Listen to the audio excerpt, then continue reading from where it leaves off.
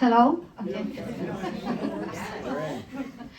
Hi everyone, I'm Cristina Corteva, Executive Director of the Sno-Isle Libraries Foundation, and it is my great pleasure to welcome you to the 2025 Trudy Sandberg Lecture Series.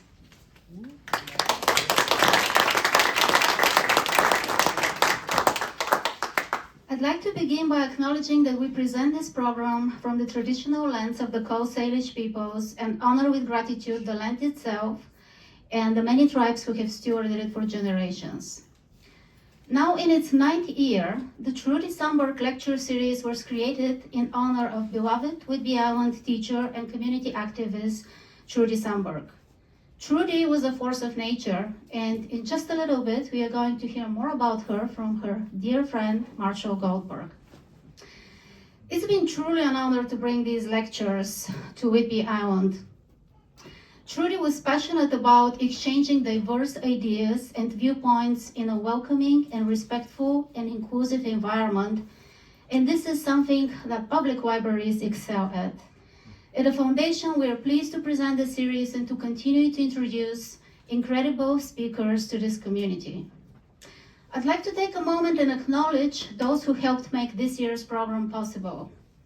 First, I'd like to thank our planning committee. These are some of the most dedicated and passionate people I get a pleasure to work with, and so please raise your hand if you serve on the planning committee. Thank you. I also want to thank our generous sponsors. Their names were listed on the screen. These are all amazing local businesses and community organizations without whose support the series would not be possible. Let's give them a big round of applause.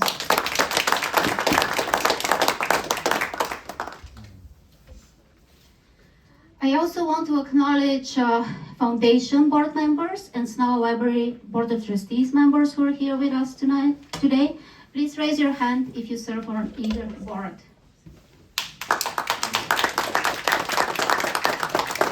And last but not least, let's give a round of applause to the Cofield Library's amazing team. Thank you so much for hosting today's event. The Sno-Isle Libraries Foundation is the library's nonprofit fundraising partner. Support from the foundation helps enhance library programs and services, and the funding we provide is in addition to public funding. We fund a wide range of innovative programs, including early literacy programs, author talks, classes for teens and adults of all ages, the library collection, building renovations, and so much more. Our work is made possible thanks to community members like you, so thank you to all of you who support our work in your library. If you enjoy these presentations, please consider supporting the Trudy Sandberg Lecture Series with a gift of any amount that is meaningful to you. On your seat, you will find a flyer with a QR code and an envelope you can use to make a gift. The series is 100% community powered, and every donation helps us keep going. And now it is my pleasure to introduce Marshall Goldberg, founder of the Trudy Sandberg Lecture Series.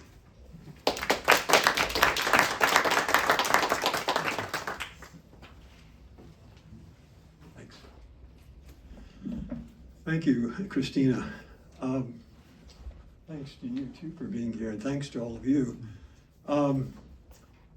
I'm going to share with you, I've written my remarks, so to keep me on time, I'm limited to 5 or 6 minutes, that's it, so here you go.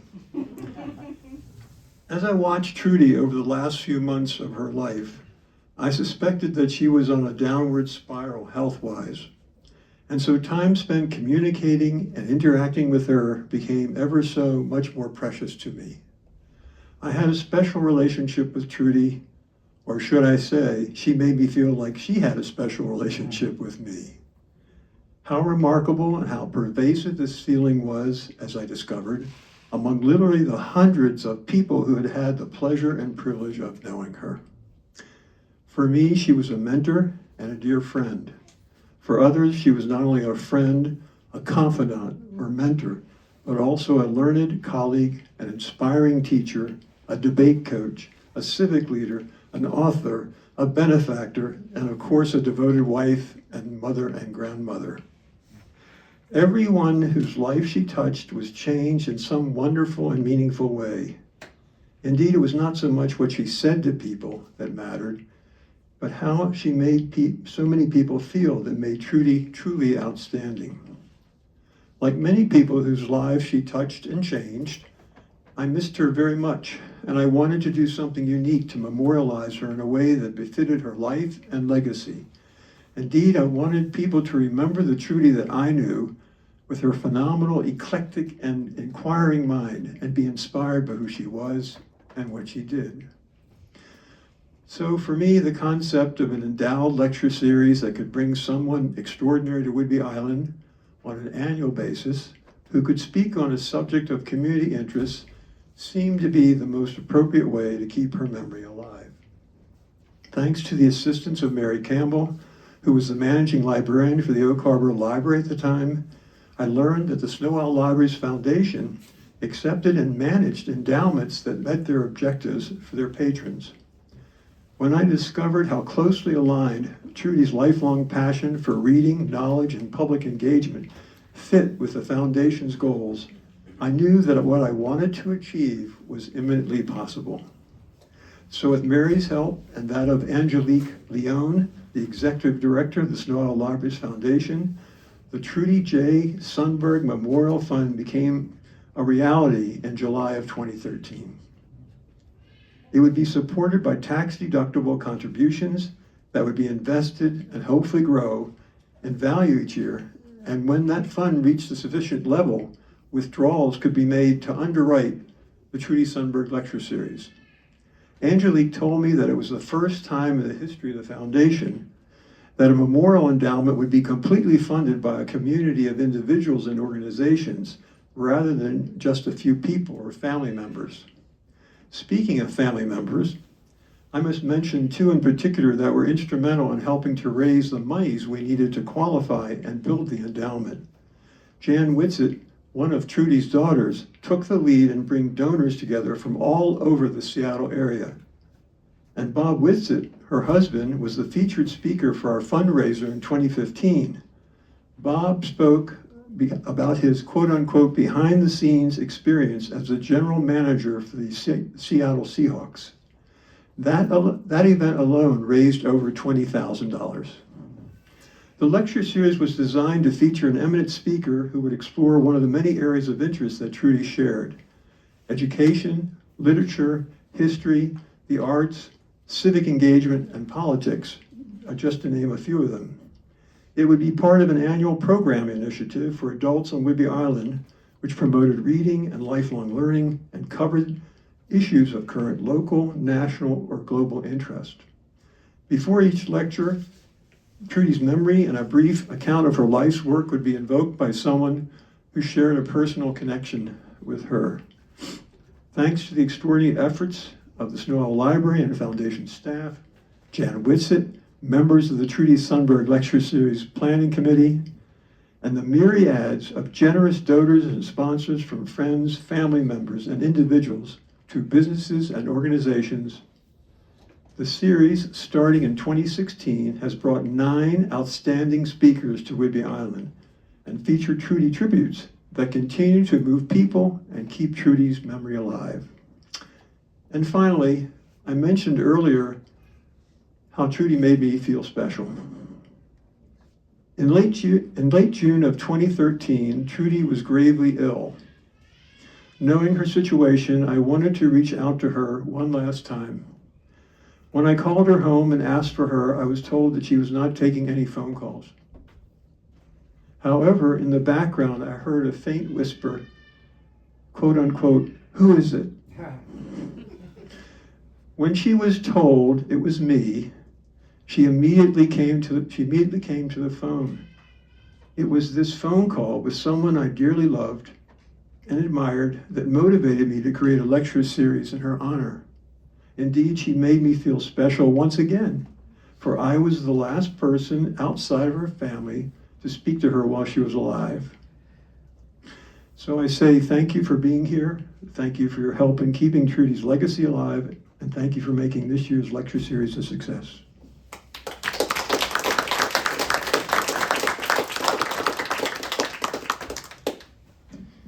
Thank you so much, Marshall. And now it's time for today's presentation. The focus of this year's lectures is on changing attitudes toward disability, and I'm delighted to welcome our featured guest, Kimber Cross.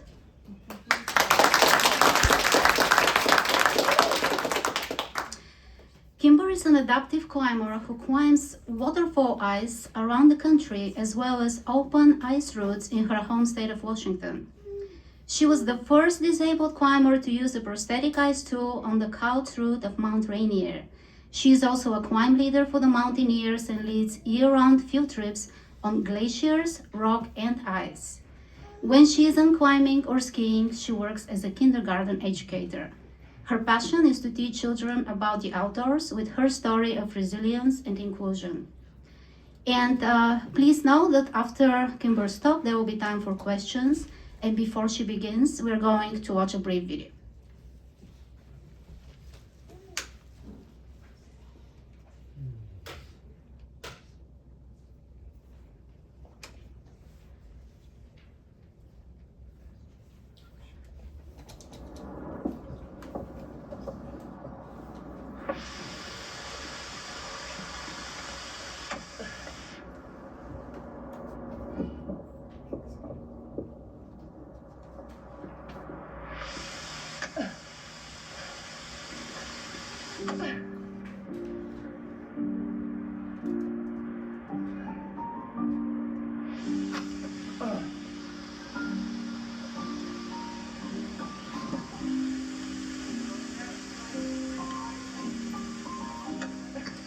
Yeah, I'm kind of scared.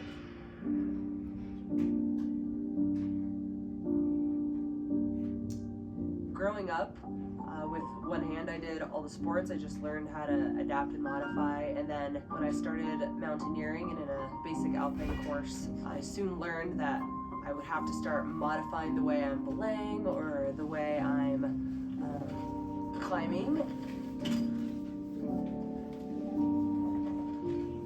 I thought, oh my gosh, I can't do that. And then it went to, no, I will do that. And now it's, I do that. My name is Kimber Cross, and I live in Tacoma, Washington. I am a kindergarten teacher, as well as a mountaineer and adaptive climber, specifically ice climbing with a prosthetic ice tool. So with designing my prosthetic, I met with a prosthetic doctor, and he didn't know what ice climbing was. And I had a grainy picture of a climber from 10 years ago that had some kind of prosthetic on their arm, and I said, I want that, let's make it happen. And so a year went by, and we did fittings and castings and moldings. I didn't just want to be a rope ice climber. I had goals and intentions to lead and swing leads and really use this as a functional, safe tool that I would trust, that my partners in the Alpine would trust. Hey, I'm Case Turner. I am from Wisconsin, living in Utah. I met Case through the outdoor industry, and I was starting my mountaineering career and I needed gear. She was getting after it and climbing quite a bit, and there really wasn't ever a question about her abilities or inabilities. It was basically talking through materials and fit, and what's cool and what's a good looking color. He was a friend that just knew how to choose and knew what I needed and what I was going to climb. It became a conversation later where we got her the right tools and then the modification of tools. Once it was all finished, I just hit him up one day and I was like, I'm coming out and you're going to teach me how to climb waterfall ice. And he was like, okay. Being able to actually put the finished piece on was a surreal experience, because at the same time I felt suddenly I have access to do this sport. This thing didn't exist. I wanted it to exist, and through this whole process, now I have it and I can do this sport, and it hasn't held me back. For me, the milestones in my mountaineering career really started with peaks, literal small peaks that were day climbs, and I was a part of this basic alpine course and graduated onto an intermediate alpine course where I got more technical skills and leadership skills, and the routes got harder and longer. Got everything laid out on the couch. Everything goes in that bag. you start where you're confident, and as you build that confidence, as you build your skill set, you just continue to set higher goals, higher peaks. Now I want this climb, now I want this route. My first climb where I got to use an ice axe just felt doable and exciting, where I'm like, wow, I totally met the challenge and have conquered this first peak. That just set the ball rolling for the remainder of my mountain goals, and it's just going to continue.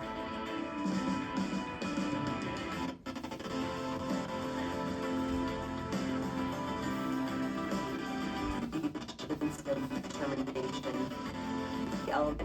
Any challenge to overcome, adaptive or not, I mean, you gotta walk in that.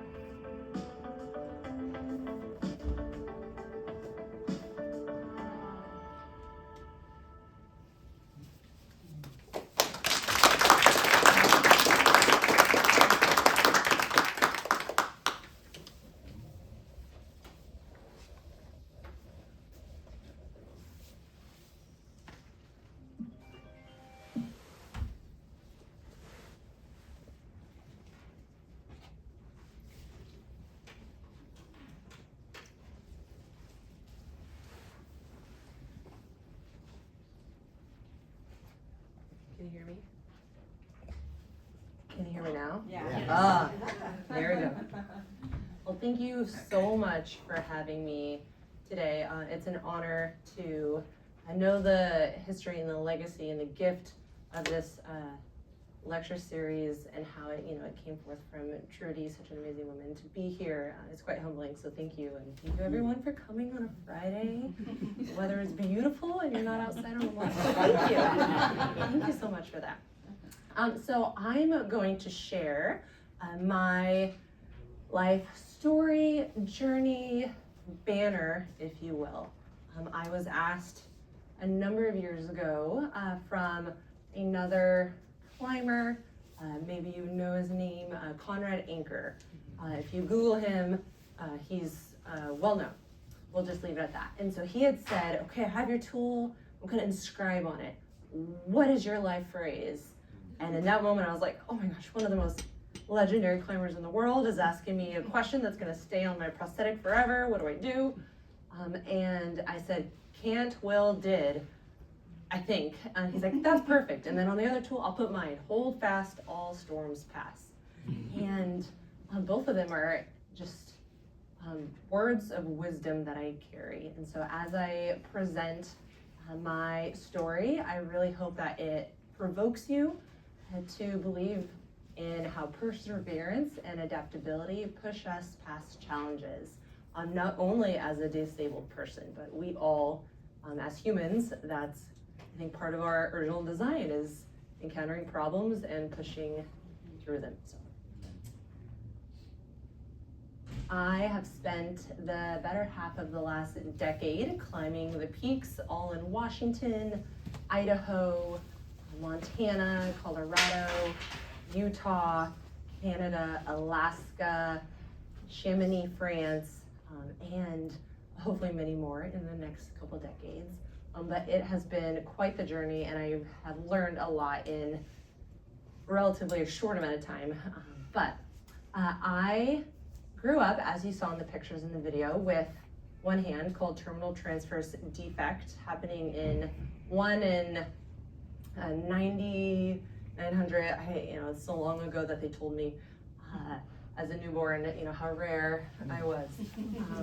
But growing up in the 90s, I don't know if any of you can identify, I was a 90s baby, 86 is my birthday. And so representation and modifications, they weren't the talk of the town, like maybe they have been lately. And so my parents kind of had to navigate on their own. And thankfully, what aided them in that was a very independent child that was like, I shall figure this out. Do not feel worried or ashamed. And I soon got into sports. And my dad was a big athlete, and his encouragement definitely encouraged me to, push past any fear of the unknown. Can I participate? What will people think of me? I kind of just came in fast and hard and said, I'm better than you. Let's do this. I have grown in humility since then. So growing up, like I said, representation was scarce. I don't know if there are any baseball fans in here, but Jim Abbott was the essentially only well-known disabled athlete in a major league sport. And he was the main representation. So my parents were like, wonderful. Look up to this 6-foot white man, our young daughter. And I said, yes, I will. And consequently, I pitched for 9 years. And I had a coach that would come up from Texas. And I loved it. We modified my glove where in his case, he would hold, you can see in that picture, he holds his mitt, pitches with his hand, and then as he comes around, he's able to kind of grab the mitt, continue to play. And in fast pitch, it's quite different. Your arm comes around like this, and so I just wouldn't have enough time to switch before the ball's right in my face. So we went with, what if we, modified a glove? And he had friends, my dad, that, rode horses and made their own materials for that. And so she just took my mitt under a sewing machine and went to town, and that was my first experience with modification. And that has, I think, been my first experience of can't, will, did when I look back at my life journey in this moment. And I went through in my late 20s, potentially, most definitely, my first breakup. And in that moment, I was like, what do? I was in love, and now I'm not. And I had a friend, and ironically, we both were dumped on the same night by men that worked in the same hospital. They swore it wasn't intentional, but we look back a decade later, and we are so grateful to those men. They knew they were at a place where they could be healthy partners, and that is essentially the next day she called up and she's like, you know what? Do you want to climb Mount Rainier with me? Do you want to take this course? I grew up fishing, not even hiking, and I was like, okay, I guess I'll walk for a long time up Rainier. That doesn't sound bad. We're young. And I had no idea that it would be truly life-changing. And also an area where I was faced with my disability in a whole new realm. Growing up, you really care about, what do boys think of me? I definitely hid my hand very well as a young kid. The insecurities were great. So I was like, my makeup has to be perfect. My hair has to be perfect. I dabbled in bulimia, and I remember going, I'm not that good at it. I love food too much. And it was just this, I have to do something to compensate for my lack, because society doesn't see me as beautiful. Usually someone with a disfigured hand is a villain or a monster in movies. And so being a part of a mountaineering organization, I didn't quite know what I was going to get into. I still, would walk through the mall, and those kiosk people that go to greet you, and they're like, hey, my new best friend, buy these things for me. I remember reaching my hand out, and a man audibly, grown man, screamed and jumped backwards. And I realized, oh, okay, I still have to be ashamed of this. And my first boyfriend didn't know for the first 4 days of our high school relationship, whether that's his lack of awareness, or just how good I can hide my hand. We'll never know. So in that course, the basic course in the Mountaineers, they teach you how to follow on rock, how to follow on glaciers, and if you take their intermediate course, role reversals, they teach you how to lead on rock, how to lead on glacier, how to ice climb. And that first summer, I just became addicted to the mountains, to the outdoors, all these things that I had seen from a boat on the ocean or the river with my dad, and I was like, I have to be up here. I love it. My heart was coming alive, finding my strength, my courage just as a human. But in that course, the leader, he's a retired military vet. He came up to me day one. He goes, the committee is not sure you belong here.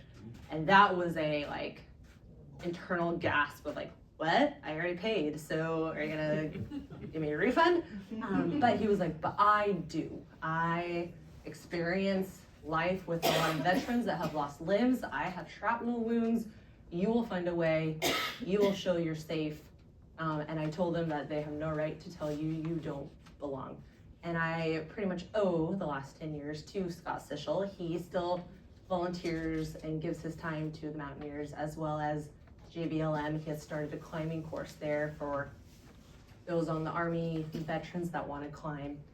So super powerful to just have someone in the adaptive world, we call them normies, in order to advocate for me. We hear about the importance of allyship, but sometimes those allies, those advocates, those normies have to go before us. And I'm really, really grateful for that. So my journey continued, and he was also the same person that said, you belong here. There's nothing you have to prove outside of what everyone else is proving. You have to prove you're safe. But when ice climbing came around, I was like, I'm pretty sure this is a two-handed sport. And I'm pretty sure that's gonna be a wall that stops me. And he said, nay, Kimber, I have a grainy picture of a young girl with something on her arm, and that's all I needed to see to go, I belong, I can still belong. And so this young girl is Maureen Beck. This picture was over 15 years ago. And this is the one that I actually saw. And I knew, okay, a prosthetic, a tool, this woman did it. Immediately found her on social media, connected with her. She had just been in a film series in the climbing world called Real Rock. And her film was called Stumped. Creative, so creative. And she was the first, climber without a hand to accomplish a 12D route. And that is very hard for two-handed climbers. And North Face had picked her up, and REI was showcasing her, and suddenly I found out, oh my gosh, there's this woman that's been doing it over a decade. Like, there's my representation that I didn't see as a child. She is a few years older than me, but she had been on that same journey. She had just been essentially a forerunner. And so I knew it can be done. And then I quested on finding how, and I was able to connect with, he's retired now, but a prosthetic doctor who was my aunt's neighbor. They've been friends for 20 plus years, and she's talking to him saying, have my crazy niece, she wants to do something called ice climbing, she needs a prosthetic, what should we do? What would you do? And he's like, well, I would make one for her. Send her over. And so I drove over to Fife, and he had kind of been the owner, the main doctor of Washington Prosthetics. He sat down and he goes, I think we can do this. I just need to know what's ice climbing. Because I definitely want you to survive on whatever you're doing. And he had done a lot of lower limb prosthetics. And I had seen that in ads on TV, different athletes, a lot of veterans, with the wounds they have, they end up living with, lower limb prosthetics. And so I pulled up some climbing videos on YouTube of Will Gadd, a famous Canadian ice climber, and he's like, I think we can do this.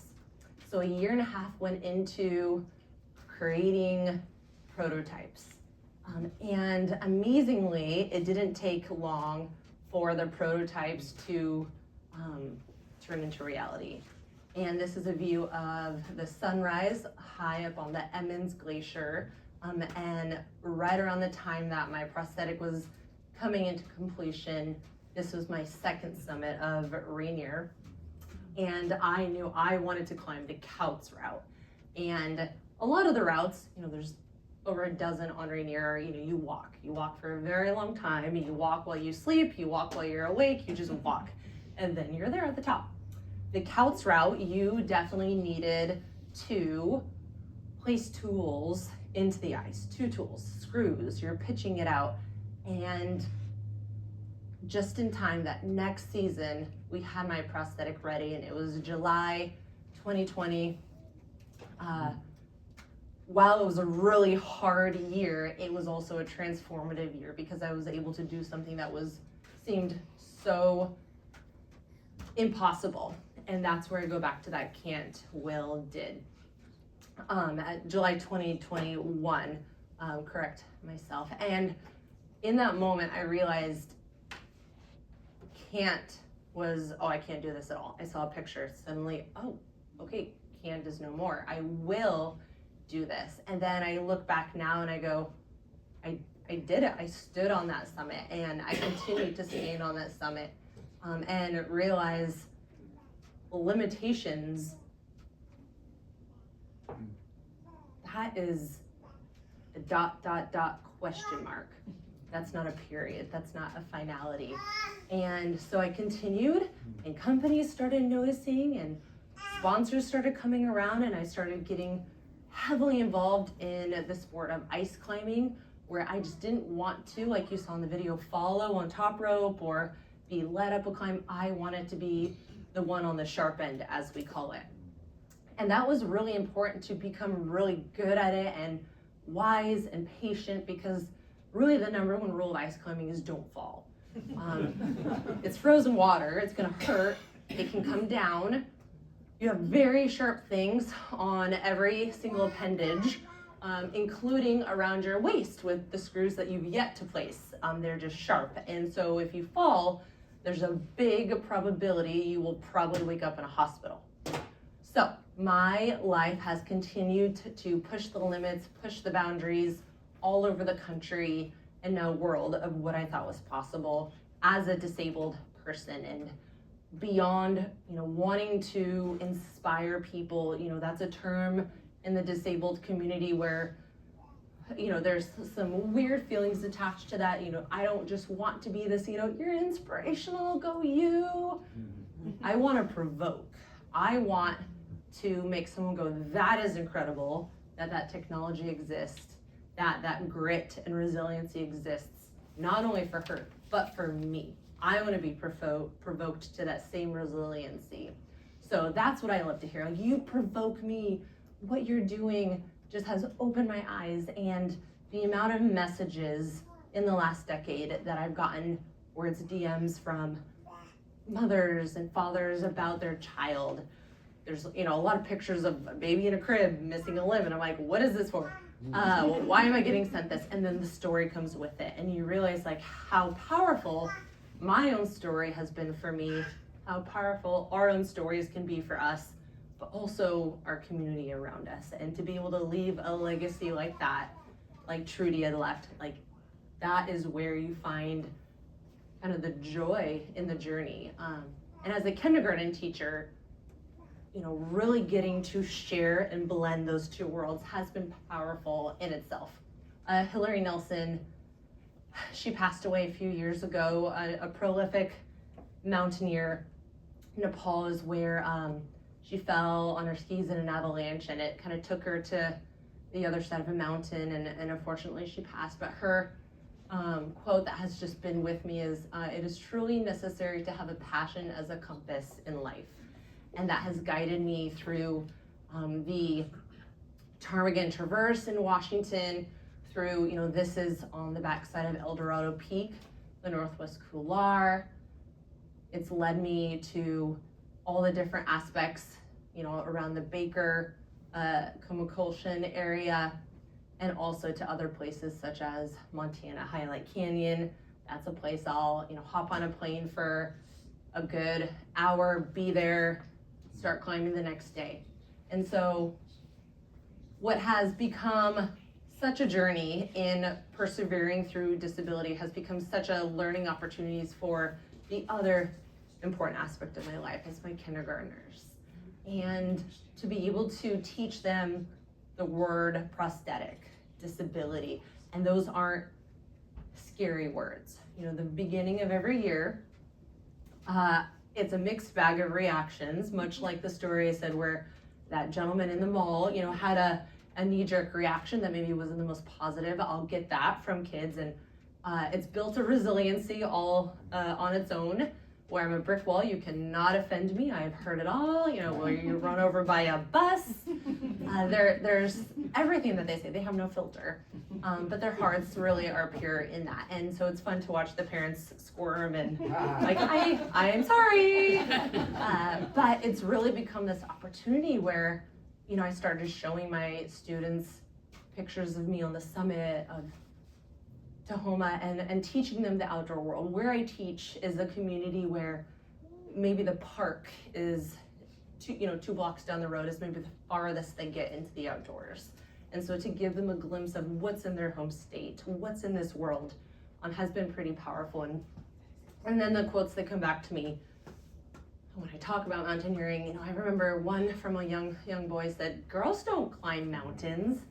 And I looked at him and I was like, it's 2023 and a 5-year-old boy is still believing girls don't climb mountains. What are we gonna do with this? And I pulled out a picture on my phone and I was like, this is your teacher on top of Mount Rainier. And his response was, "You're a girl?" That was a completely different Pandora's box I did not want to open.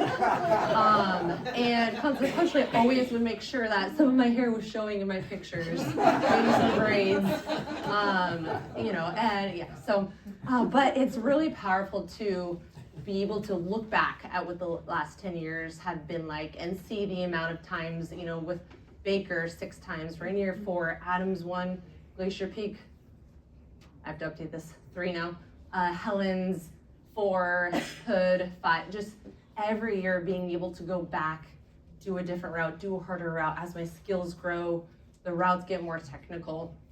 It's led me to some incredible places. And as I talked about, you know, the representation that kind of was the push in the right direction, I really have learned, like, look for those leaders you want to emulate, even as you build your own story of perseverance. And this is Maureen Beck and I, Mo Beck and I, in the Bugaboos in Canada, climbing together on West Pigeon Spire, and to become friends with someone that was like, the picture view is why I'm here. It's just incredible. She's hilarious and so down to earth and has really been that forerunner. It all has led not just to, you know, a world where I've felt accepted amongst my mountaineering community, or maybe a bit more accepted in my classroom, you know, because maybe they'll be intimidated about my hand and go like, "Oh, it's weird." And, you know, I usually give the like, "It looks like a kitty face," and like, kitties are cute, and that buys a few of the, you know, the doubters. But what has really helped is seeing the outside world start to accept. And I just finished 2 years on the North Face athlete development team, and so a contract with North Face with a mentor, with a gear stipend, a travel stipend, a film stipend, like stepping into that world of professional alpinism. And this was my whole team. Half of us were snow skiing and snowboarding, half were alpine, half were trail running. And that led to some amazing connections with such a diverse group of friends that were incredible climbers. And it also led to just the door opening to be able to show the rest of the world this can't, will, did experience. And it's led to Subaru commercials and opportunities to ski off all the summits. And, you know, I'm currently working on trying to be the first disabled ski mountaineer to descend all the volcanoes from the summit on skis. Don't tell any of your other disabled skiing friends. But in addition, last year, I got to learn how can't, will, did, as much as it ends with a period after each can't, period, did, will, did, period, you get my flow, that is actually cyclical, and you can go back to can't. And so on this trip, we were climbing a route called Ham and Eggs on the Moose's Tooth. And the Moose's Tooth is massive. You fly into the glacier, and the route goes from down here all the way up, and half of it you cannot see. But I came with a crew of North Face athletes that were our mentors, as well as my team members on the athlete development team. And these are, you know, Andreas Marin, Anna Pfaff. These are legendary North Face athletes who have climbed all over the world. and we were able to pitch to North Face this climb and request a whole lot of money and amazingly get it. And it sent us to Alaska on the Root Canal Glacier. And let me tell you, I thought the crux of ice climbing was the actual ice climbing. No, it is getting in a tiny plane like this and flying through some very, very big mountains up close and personal, and then somehow landing in a lot of snow and living. So there's that. So this week, this 10 days in April of last year, because I am a kindergarten teacher and I do use every break given to me to go do what I love, which is mountaineering and alpinism. We were able to make an attempt on the route, and halfway up, let's see if I can go backwards and forwards and get a little of that glitch out. There we go. Halfway up, we found on the crux of the route. So let me paint a picture for you.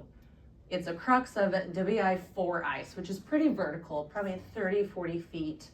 Our photographer, he's also a great climber. He was kind of switching between Anna and Andreas and Thomas and I to get content for North Face and also document this, first mentor expedition he was like, let me lead this crux. Oh my gosh, that looks so amazing. So we're okay, go for it. You can lead.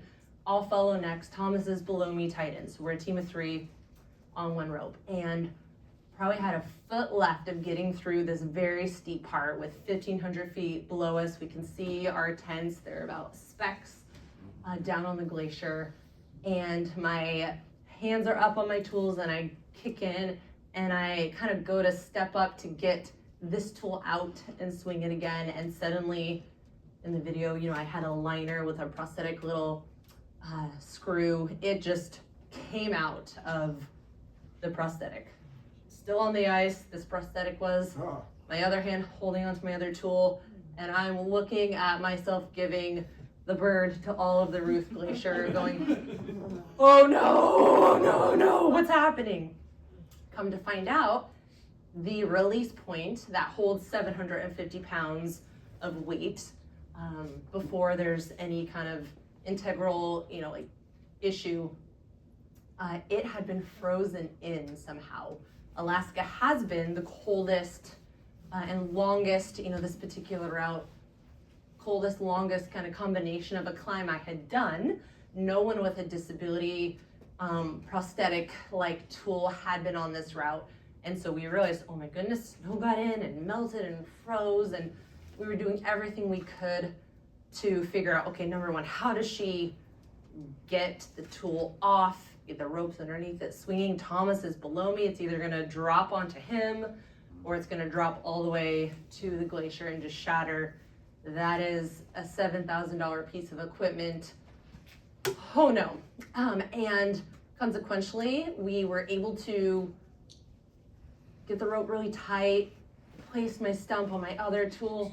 I pulled it gently, holding my feet, hoping my feet don't blow, put it on my harness, grabbed it again, just had the thing, and was like, well, I'm going with one tool, just keep me tight. And then at the anchor way up above, and a couple more feet, I just kind of make it with one tool and my feet, and suddenly I'm on a slope kind of like this, and just walking up to them in shock of this is amazing in the worst way.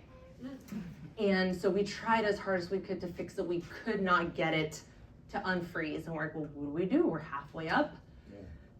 I'm obviously not leading anything now, and our game plan was, you're following, you're on this, we're gonna finish together. And I've been dealing with some, thinning cartilage. I'm no longer a young youth. I am, creeping towards 40, and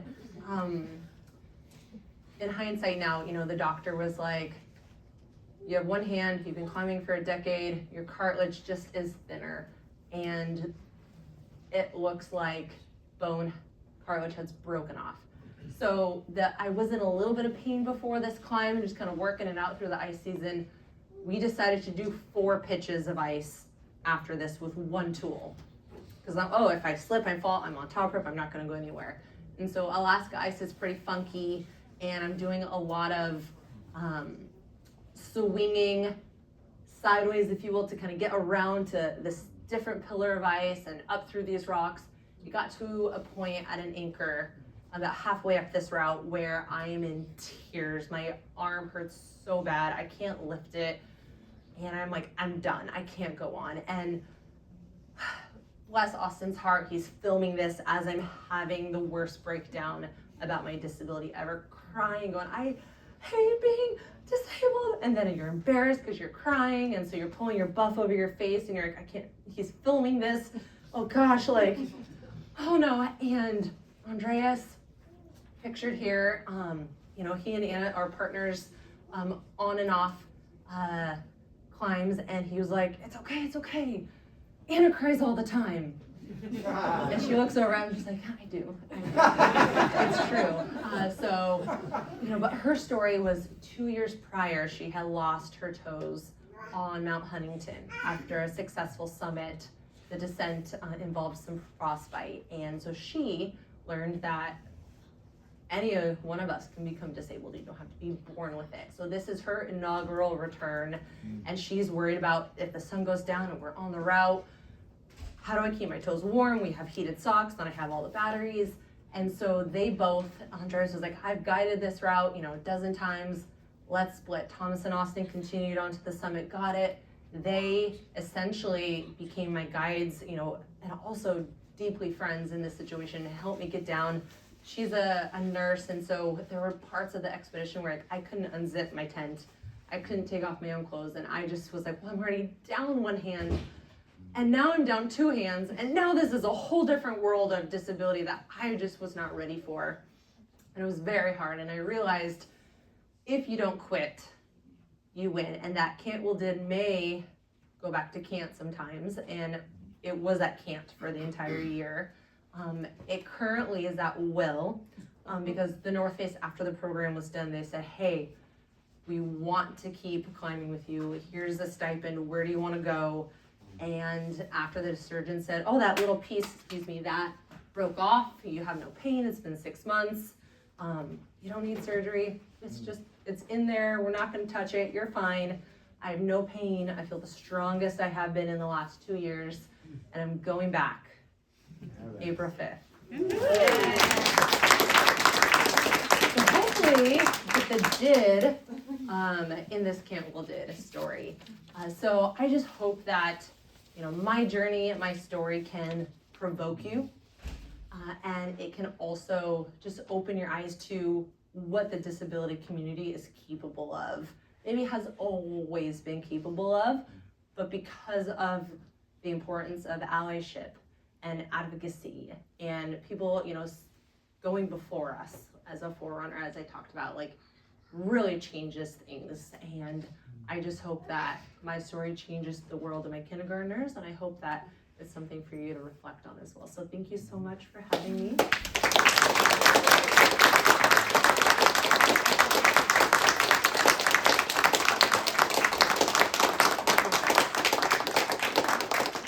And it wouldn't be a presentation from an alpinist / kindergarten teacher without some questions and prizes. So before we get into a formal Q&A, I have a Q&A for you. First off, one of my sponsors is Peak Refuel. Raise your hand if you are aware of this freeze-dried, not dehydrated, freeze-dried company. They have been amazing. They are the ones who put that film together. You can see it on YouTube if you just Google Can't Will Did. It's there. Send it to your friends. So their meals are incredible. They're the only ones that, this isn't an ad for them, but just make my system functional out in the mountains. But I brought one, and the question for the winner is if you, and we're gonna be honest without grabbing our phone and typing into Google, if you can tell me what the current, because there has been a change, the current elevation of Tahoma, Mount Rainier is, you will win our first prize. If there's no one that knows the brand new current, making sure my phone's up, elevation, we'll go with the old one. Yes. I know the current, so I'll take a stab at, I'll guess, so 14 2,112 feet. Close. Are there any challengers? 2,455. Closer. So, any other? Okay, just based on numbers, simple math, you did get close. You still get a prize. Wait. So the current elevation of our beloved mountain is 14,399.6 feet. It has melted. You can guess why. And it was originally at 14,410, 11, depending on the snow year. So, congratulations for getting close. Well, also, you get a sticker. I did give the back row, because sometimes when you come late, you're stuck in the back. Those who were in the back row got a sticker on your seat first. I have more for anyone who wants one. But here's also, congrats.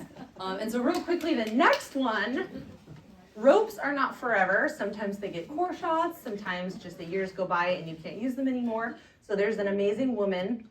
She has a company called Cactus to Pine, and she creates rope koozies for a hot drink, for a cold drink, gifted me a bunch. And so if you can tell me what the #1 rule of ice climbing is, this beautiful piece is yours. So many.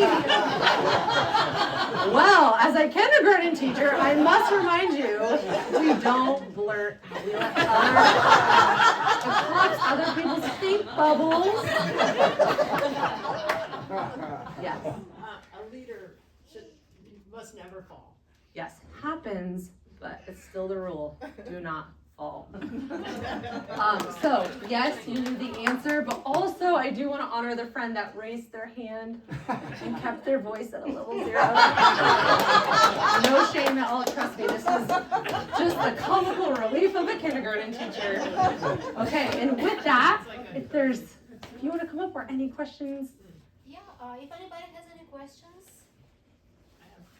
Everybody's just got questions. I went next. Yes. Yeah. I have a question. Tell me, I'm interested in your prosthesis. Yes. I think you said it can hold 750 pounds. I can eat a lot of cookies. How does the arm, what do you put on the arm to be able to keep that Yeah. prosthesis in place? Totally. And keep that pressure. Let me show. So the liner is like a silicone material, and so when it pulls on the skin, it grips it. And it's really easy for lower limb people to be able to roll it off, and usually they're wearing it in everyday, warm weather, and so a bunch of sweat will drop out, and they wring it out, put it back in. And for mine, it will grip, and because the temps are usually always cold when you're ice climbing, I'll wear a little mitt to kind of help prevent like a severe cold, but it'll just stay on there. And this part we realized had to open up. So the doctor actually opened the carbon fiber prosthetic piece so my kind of palm could fit through, and then I tightened it down. So it almost acted like a secondary hold, should there be any extension. But really with ice climbing, you're climbing with your feet, and the tools are there to balance you and keep you attached to the wall. And so some people, do challenges where they're only climbing with their feet and one tool, on cragging, like a one pitch, they're top roped. So for myself, it's really if I have good feet, good body placement, I'm not feeling a big tug. When I get into the WI5, WI6, steeper, more vertical ice, I'll feel more of a tug, but it's a miracle. It's incredible to me that works and stays on my arm and doesn't get pulled off. So I had questions. You didn't bring your prosthetic, did you? I did not. I apologize. It is packed in a bag, ready for Alaska, because after this, I actually drive 5 hours to go ski at White Pass. And so I'm prepping for Alaska and maybe a last minute trip to Ouray, and then I'm prepping for skiing. And so in my thought, I was like, oh darn, they probably wanted more than pictures. 20 years ago, I did a little bit of ice climbing. Oh yeah. But it's all supposed to be wrist. Yes, when you're setting a your nice tools? wrist So do flick. you get wrist action? Not at all. Okay, so- you can't place it Yeah, easily. yeah. So it's a little bit different of a, it's my shoulder, it's my core really swinging in. And so you I'm gotta really, use your whole arm. yeah, I'm using my whole arm, my whole body. And so it's a lot of training that will go in year round, making sure that this side of my body, is always at a deficit. When I'm getting a massage and they're like, wow, you're weak on this side. And I'm like, well, I don't use it as much. But I've learned that as I can train and keep it, it's about, a couple pounds, like it's heavier than a normal tool. And I feel a little bit more, but there's so many transitions, putting it down on a multi-pitch where, the blood's coming back down, that I haven't been able to notice any uncomfortability. And if it's a spicy thing that I don't feel quite safe leading, I'll be like, hey, rope gun, you lead that, I'll follow it, and I can, play around and not so much worry about, slipping or whatnot. The silver lining is I can hang all day and place the screw and I won't pump out. You're not gripping. I'm not gripping, yeah. We call, screaming barfies. You either want to scream or barf when you're gripping so hard and the blood rushes out and then rushes back, and it's kind of like falling asleep, when your legs are crossed or on the toilet, like depending on how long you're sitting. It's like that, but twice as bad, and you literally want to throw up or scream. So I only get that maybe in this hand and never that. So I'm just placing the screw, taking my time, make some of my climbing partners jealous. I remind them, look what I'm working with, give this one to me. So, yeah. Yes.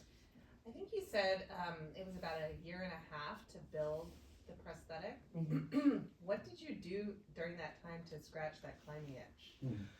Yeah, I knew that this alpine, like the ice portion of the Mountaineers course was going to be in August of the following year when I signed up. And so they have 3 modules, the glacier, steeper snow, they have the rock, and then they have the ice. And so I was able to just kind of plan enough time, and he's outsourcing the liner to a company in Ohio that ships it back to him, and then he's doing pieces in his garage. And so we kind of had, thankfully, just enough time.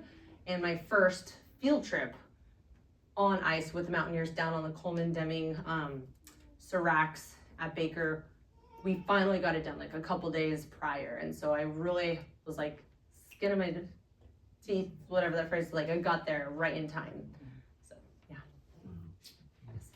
Hey, so in your almost 4 decades of being here, and surrounded by normies wherever you go, is there a certain group of normies that you found to be more open and inclusive? Or, I don't know, just talk about that a little bit. Yeah, for sure. I have found when I started, even 10 years ago, which, it's like a drop in the bucket, I was the only female on climbs. I did a little Tahoma, and I was the only girl, and a bunch of, tech guys from Microsoft, and I was a teacher with the summer off. And I have noticed that it is not so much can she belong because my athleticism was there. I've noticed it's like the verbiage has gone from like, can you do this? It's deficit thinking to like, how do you do this? And so I find like if you really want to be someone that, especially since 2020, language is so important, and I found like people are actually a little like too eggshelly around me and awkward, and I'm like, I'm still a person, I'm you, but like some of this is missing, like it's not that bad, you're not gonna offend me, and if you say something like we'll talk about it, like it's but I've noticed how different I will feel if someone says like, how do you do, like show me how you do this, not like, wait, can you belay? And I know that it's okay when we make a mistake with our verbiage or our mindset. When I was with Maureen for the first time climbing in a gym together, she had a buddy come and he belayed me, and he was a young guy, and he had a hand like up to here, and he was belaying me, and I was on this really hard move, and I was like, oh my gosh, if I fall, is he gonna get me? He has one hand. And I was like, oh, I have one hand. Is this how the normies feel? And so you really are able to, put yourself in that position and have empathy for non-disabled people, and you're like, oh yeah, okay, we're in this together, like we're learning together. And so that's just what I would say, like, you know, if people are coming without that deficit mindset at the beginning, like it really does make such a difference and builds that like safe community. Yeah, I love that concept between how versus can. Yeah. It's a good point. I saw one more hand somewhere, unless the question was already asked, or maybe it was the baby just saying hi. Yes. Besides ice climbing, do you do other rock climbing kinds of activities, and how does that work for you? Yeah, so with rock climbing, I don't need a prosthetic, I need a lot of tape. Okay. Yeah, so, you know, your calluses really are climbing on granite or limestone, or, you know, in the red rocks, it's, you know, a bit sandier. Like, I find like if I don't have it taped up, I'm just getting scraped up. And then when I do have it taped up and I'm doing routes where there's, you know, a crack, I don't know if anyone's familiar with the, you know, passive protection, the hexes or cowbells. You know, they were really popular back in the day, and now, you know, they're kind of laughed about, but still very much used. I'm the size of a hex 9, if you will. So I call it my flesh 9, and I just shove it in and walk off. And I'm like, I got this. And then when it comes to, you know, a crack that's a 5/8 or above, and it's a finger crack, like I don't have the fingers. It's, you know, the fatty part of my palm. And so I've learned, you know, through Maureen, like when we were in the bugs, she was like, just take a totem, put it in there, place your cam, and like it has a nice little Dyneema sling, like rest your hand, your aid, like that's climbing. And so I've been able to learn from other disabled climbers what are the little tweaks with gear to get through those sections so we can still lead through it, or so that we can still, you know, follow through something like that. So those are the modifications. I'll just yard on gear or yard on my flesh 9 and all is well. So you mentioned at some point learning to trust your prosthetic. Was that a process, or did it just click and you're like, this is gonna work from the get-go? Yeah. Well, during you know, the prototypes, I was a little like, oh, you know, these are old Gravel picks, and are they gonna hold up? And once the real one came about, you know, that's where I met up with Case, and it aligned. It was right before COVID. I remember landing in Provo, Utah, seeing the phone, you know, like, man, in Kirkland, Washington gets COVID, and we're like, oh, that's a bummer. And we go up climbing, right? This weekend. And that ice was what we call hero ice. And so it was, you know, really warm out that day in the 40s.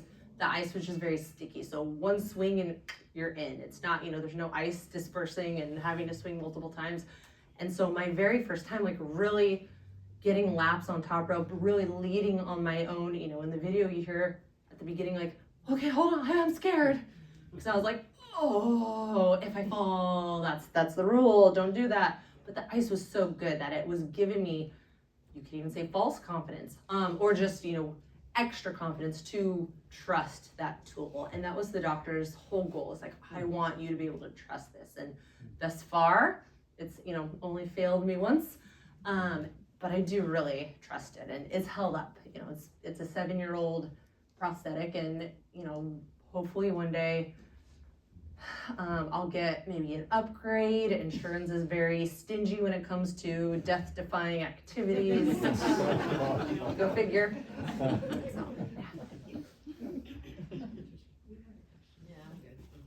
there any other questions?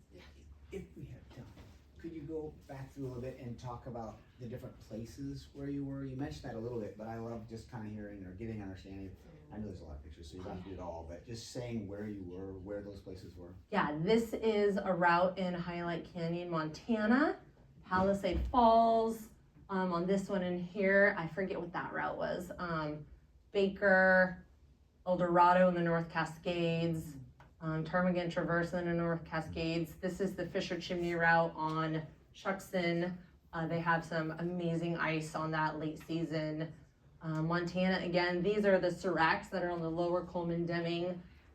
This is in Ouray, a route in the San Juan Mountains. And so a lot of where I've been able to go is, you know, all over the country. In Washington, there's ice. I just climbed Hubba Hubba in Leavenworth this past season, and that's WI3 and a couple pitches. And I got to lead 2 new guys that were new to ice climbing. happening. And so it's like, oh, that, you know, disabled girl is the one leading it. Like, you know, it's still mind blowing to me. I'm like, an out of body experience, like this girl's doing it. And then I'm like, oh, I'm this girl. So we call it unicorn ice out here. You know, pure waterfall ice is really more of a, you know, central part of the country, but it's really fun to see all the places you can go. Thank you so much, Kimber.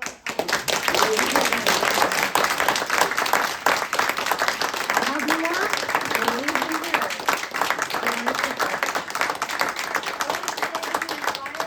Instead I would say provoke us.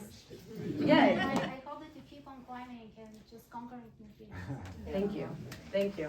And before we go, just a couple of quick announcements. Next Friday at Whitby Island Center for the Arts, March 21st, we will have our second lecture of the series featuring Shane and Hannah Burkle.